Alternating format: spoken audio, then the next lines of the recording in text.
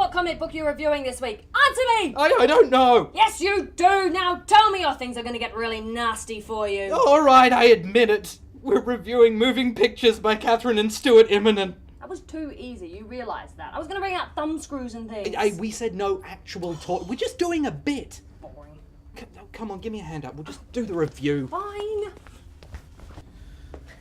All right. As you may have guessed from that little bit of business, Yes. the comic that we're looking at, Moving Pictures, begins with an interrogation scene. And it's a really great way to start a story, isn't it? With all this tension and drama. I mean, from the get-go, you know that the stakes are really high in this, and you know who has the power. Or you think you do. Yes. Yeah, if I could apply one word to this comic, to Moving Pictures, it would be surprising.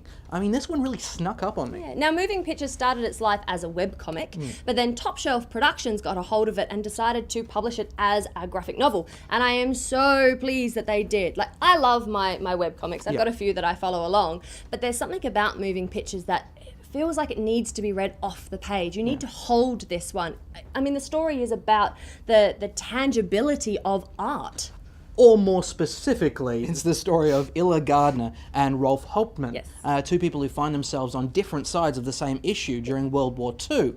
You've got Illa, who's a minor curator of an art museum in Paris, and Rolf, who's a representative of the Military Arts Commission for the German Army. Yeah, one of them responsible for classifying and boxing up all these priceless works of art, and the other one is actually trying to hide them. Yeah. Hence the name of the comic, Moving Pictures. But it's also got a double meaning, that title.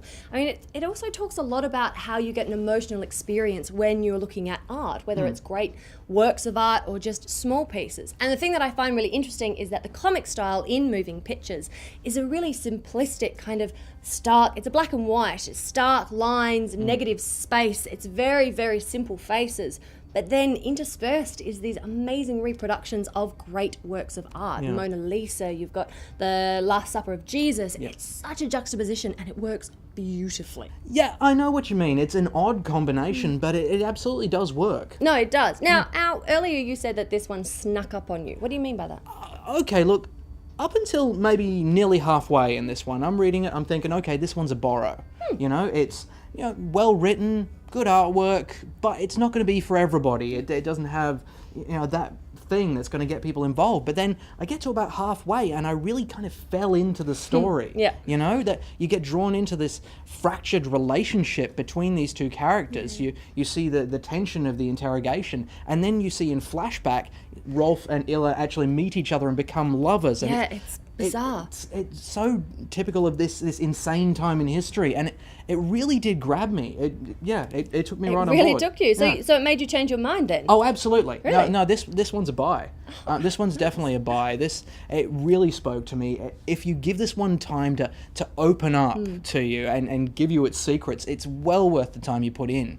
Much like a good interrogation, I suppose. Absolutely. Same sort of now, I have to say, Al, I'm very glad that it changed your mind, because I would have brought out thumb screws, because in my mind, this book is absolutely a buy.